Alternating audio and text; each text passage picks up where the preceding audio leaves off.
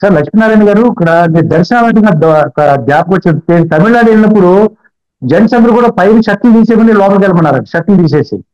అంటే ఆ గుడి యొక్క రూల్ అది. కరెక్ట్. అలాగే ఇప్పుడు కూడా మీరు దర్శనానికి జగన్మోహన్ రెడ్డి గారికి ఒక డౌట్ వచ్చింది. ఒక పార్టీ అధినేతగా మిమ్మల్ని అడుగుతున్నాను ఏంటంటే అండి, నేను 5-6 సార్లు ఇదివరకే వెళ్ళాను తిరుపతి, ఇప్పుడు నేను డిక్లరేషన్ ఎందుకు సంతకం పెట్టాలని అడుగుతున్నారండి ఆయన. ఈ డిక్లరేషన్ గురించి కూడా ఒక వాదోపవాదాలు జరుగుతున్నాయి. యాక్చువల్గా మీ ఏంటంటే అభిప్రాయం? యాక్చువల్గా ఇది ఐ థింక్ 2000 సంవత్సరంలోనో ఎప్పుడో ఇది తీసుకొచ్చినట్టు నేను విన్నాను దాని గురించి. అందులో అన్య మతస్థులు ఈ గుళ్లకు రావాలి అంటే వాళ్ళు ఈ హిందూ ధర్మం మీద మాకు ఆ విశ్వాసం ఉంది అన్నది డిక్లేర్ చేసి రావాలి. దానికి ఆ సందర్భంగా సోనియా గాంధీ గారు, తర్వాత అబ్దుల్ కలాం గారు, వీరందరూ కూడా డిక్లరేషన్స్ ఇచ్చి వచ్చారు అన్నది అంటే ఏమవుతుందంటే, ఎప్పుడూ కూడా మనం చేసిన నిర్ణయాలు ఏవైతే ఉంటాయో అవి మనం పాటించాల్సిన అవసరం చాలా ఉంది. ప్రభుత్వం ఏదైనా కావచ్చు, ప్రభుత్వంలో ఎవరైనా ఉండవచ్చు, ముఖ్యమంత్రి ఎవరైనా ఉండవచ్చు, కానీ ఈ నియమాలు అన్నవి చేయబడ్డాయి. కాబట్టి ఈ నియమాలు చేయబడ్డ నియమాలను పాటించాల్సిన అవసరం ప్రతి ఒక్కరికి ఉంది. అంటే అది ఈక్వాలిటీ అంటాం మనం, ఈక్వాలిటీ బిఫోర్ గాడ్. ఇది దేవుడి ముందు చేసిన నిర్ణయాలు ఏవైతే ఉన్నాయో ఆ నిర్ణయాలను పాటించాల్సిన అవసరం ఉంది అన్నది నా అభిప్రాయం. కాబట్టి అన్ని మతాలు ఎవరైనా ఉంటే మాకు హిందూ మతం మీద నమ్మకం ఉంది అని చెప్పి ఒక డిక్లరేషన్ ఇవ్వాలి. ఏముంది, నేను ఫలానా మతానికి చెందిన వాడిని, నాకు హిందూ ధర్మం పట్ల, హిందూ ధర్మ పద్ధతుల పట్ల నాకు విశ్వాసం ఉందని ఒక డిక్లరేషన్ ఇస్తాం. అందులో అంత పెద్దగా ఆలోచించాల్సిన విషయం ఏమీ లేదు కదా. ఇప్పుడు జగన్మోహన్ రెడ్డి గారు అక్రమ కట్టడం అనేది ప్రజావేదికను కూల్చేశారండి. అంటే అక్రమ కట్టడం అది, అలాగే రూల్స్ ప్రకారం మరి ఇక్కడ నేను ఇదివరకు 5-6 సార్లు వెళ్ళాను, అప్పుడు అడగలేదు, ఇప్పుడు అడగడం ఏంటి అంటున్నారండి. అంటే ఇప్పుడు టీటీడీ కూడా క్లారిటీ రావాలి దాంట్లో.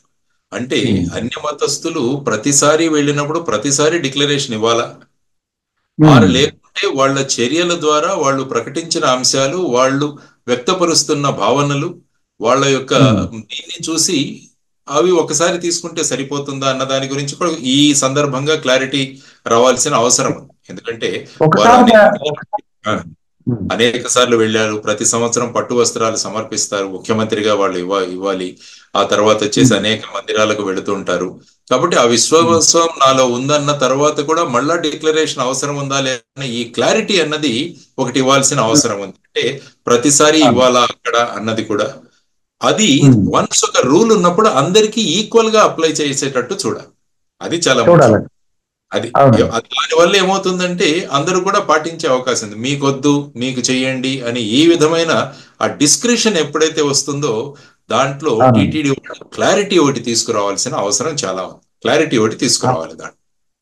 ఇప్పుడు పేరు నాని గారు అంటారండి, పక్క రాష్ట్రాల వారు లడ్డు గురించి మాట్లాడి, బీజేపీ మాధులత గారి, రామ్ సింగ్ గారు, గోషమాల్లో ఎమ్మెల్యే రామ్ సింగ్ గారు కానీ, వీళ్ళందరూ కూడా మీకేం సంబంధం, పక్క రాష్ట్రాల్లో ఏం సంబంధం, బండి సంజయ్ గారు ఎన్ని సంబంధం ఏనని పేరు నాన్నగారు అడుగుతున్నాడు.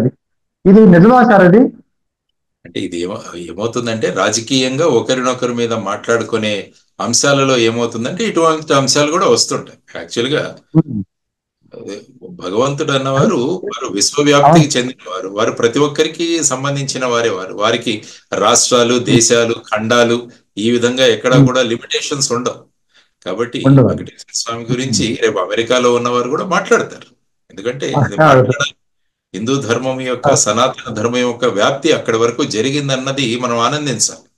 సో ఆ విధంగా ఆయన రిస్ట్రిక్ట్ చేయకూడదు. ఈయన ఈ ఊరికి చెందినవాడు, మనం మన ఊరికి చెందినవాడు, నేను ఎక్కడ పుట్టానో, నేను అక్కడ సొంత ఊరు, ఇక్కడ చదివాను అని చెప్పొచ్చు. కానీ ఆయన ఎక్కడ చూసినా అక్కడ కనిపిస్తాడని ప్రహ్లాదుడు చెప్పాడు. ఎప్పుడో కూడా హిరణ్య కశిపుడికి ఆయన చెప్పాడు ఖచ్చితంగా కూడా, హరి ఎందెందు వెతికినా అందందు మీకు కనపడతాడని చెప్పాడు ఆయన.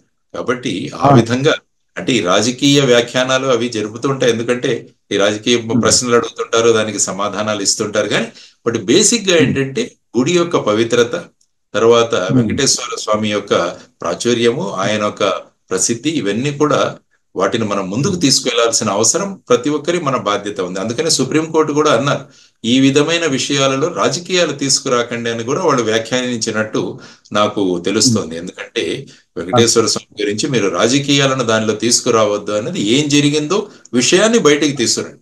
రాజకీయ ప్రయోజనాల కోసం ఎప్పుడు కూడా దేవాలయాలను ఉపయోగించుకోడు. అందుకనే మీకు 1988వ సంవత్సరం అనుకుంటాను, 80వ సంవత్సరంలోనూ ఒక చట్టం ఉంది, prevention of misuse of religious institutions act. Religious institutions misuse prevention act. ఇది ఎప్పుడు వచ్చిందంటే, మనకి గోల్డెన్ టెంపుల్లో అకాల్ తఖ్త్ అని అప్పుడు జనరల్ బింద్రేన్ సింగ్ ఉండేవాడు. బింద్రేన్ వాళ్ళ అతను అప్పుడు అకాల్ తఖ్త్లో ఒక కట్టడం కట్టుకొని అందులో శస్త్రాస్త్రాలన్నీ పెట్టి అక్కడ ప్రభుత్వానికి అతను ఒక పెద్ద టెర్రరిజం ను తీసుకొచ్చే ప్రయత్నం చేశాడు. అప్పుడు ఆపరేషన్ బ్లూ స్టార్ అన్నది కండక్ట్ చేసి అందులోంచి వాళ్ళని బయటికి తీశారు. ఆ తర్వాత ఈ చట్టం వచ్చింది. ఈ చట్టంలో స్పెసిఫిక్ గా చెప్పారు, ఎప్పుడూ కూడా ధార్మిక స్థలాలను రాజకీయ ప్రయోజనాల కోసం కానీ, ఇటువంటి ఆతంకవాదులు అంటే టెర్రరిస్ట్ చర్యలకు కానీ, ఇటువంటి ఈ ఫోర్టిఫికేషన్ అంటాం, ఇటువంటి వాటికి కానీ ఉపయోగించకూడదని క్లియర్ గా ఉంది. కాబట్టి ఈ చట్టం ఒకటి ఉంది. యాక్చువల్ గా మేము మహారాష్ట్రలో అక్కడ ఉన్న ఒక పేరు ప్రఖ్యాతులు చెందిన ఒక లీడరు, ఆయన నాందేడ్ డిస్ట్రిక్ట్ లో గురుద్వారా ఉన్నది.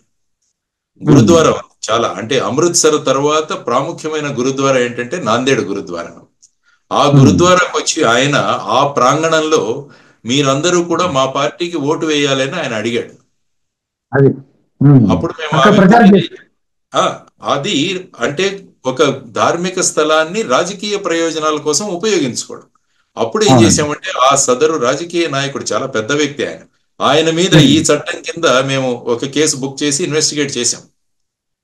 అంటే ఎప్పుడు కూడా ధార్మిక స్థలాలకు ఉన్న ప్రాముఖ్యాన్ని, వాటిని కాపాడాల్సిన బాధ్యత మనందరి మీద ఉంది. కాబట్టి వాటిలో రాజకీయాలు తీసుకురాకూడదు అన్నది ప్రధానమైన అంశం. సో ఈ చట్టం గురించి కూడా చాలా మందికి తెలియదు, ఇటువంటి ఒక చట్టం ఉంది.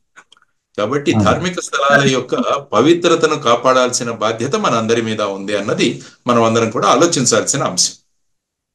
నాకు ఇంకొకటి అనిపిస్తుంది, అసలు దేవాలయాల మీద ప్రభుత్వ అజమాయిషి, ప్రభుత్వ యొక్క అది ఇన్వాల్వ్మెంట్ ఉండకూడదు సార్. అది ముఖ్యంగా మన హిందూ దేవాలయాల మీద ప్రభుత్వాల యొక్క ఇన్వాల్వ్మెంట్ ఉండకూడదండి. దీనికోసం కూడా సుబ్రహ్మణ్యం స్వామి గారు అనేక కోర్టులలో ఆయన కేసులు వేశారు. అంటే టీటీడీని కానీ, తర్వాత వచ్చేసి ఆయన ఈవెన్ పండర్పూర్, అంటే మహారాష్ట్రలో ఉన్న పండర్పూర్ కానీ, వీటన్నిటి మీద ప్రభుత్వ నియంత్రణ. ఎందుకంటే ముఖ్యంగా దక్షిణాది రాష్ట్రాల్లో ఎండోమెంట్స్ మినిస్టర్, ఎండోమెంట్స్ డిపార్ట్మెంట్ ఉంది.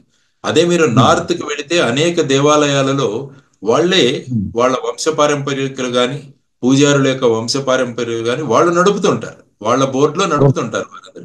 కాబట్టి ఇప్పుడు కూడా గవర్నమెంట్ యొక్క కంట్రోల్ తీసేయాలని చెప్పేసి అనేక చోట్ల ఈ విధమైన పబ్లిక్ ఇంట్రెస్ట్ లిటిగేషన్లు సుబ్రహ్మణ్యం స్వామి గారు ముఖ్యంగా వేశారు. సో ఈ విధంగా ఆలోచించుకుంటూ వెళితే, ఎందుకంటే అడ్మినిస్ట్రేషన్ ఒకటి ఉంటుంది, తర్వాత వచ్చేసి ధార్మికంగా మనం చేయాల్సిన పూజలు ఇవన్నీ కూడా, మనం సేవలు అవన్నీ ఉంటాయి. ఇక్కడ కూడా తిరుపతిలో చూసినా కూడా అడ్మినిస్ట్రేషన్ ఇవన్నీ ఎగ్జిక్యూటివ్ ఆఫీసరు, బోర్డు వీళ్ళు చేస్తారు. తర్వాత అక్కడ ఉన్న సేవలు ఇవన్నీ చేయడానికి ఆగమ శాస్త్రాలు, వారి పండితులు వారందరూ ఉంటారు. కాబట్టి ఈ రెండు, సో దీన్ని బ్యాలెన్సింగ్ చేస్తూ ఎలా చేయాలి అన్నది మనం ఆలోచించాల్సిన ఒక ప్రధానమైన అంశం అని నేను అనుకుంటానండి.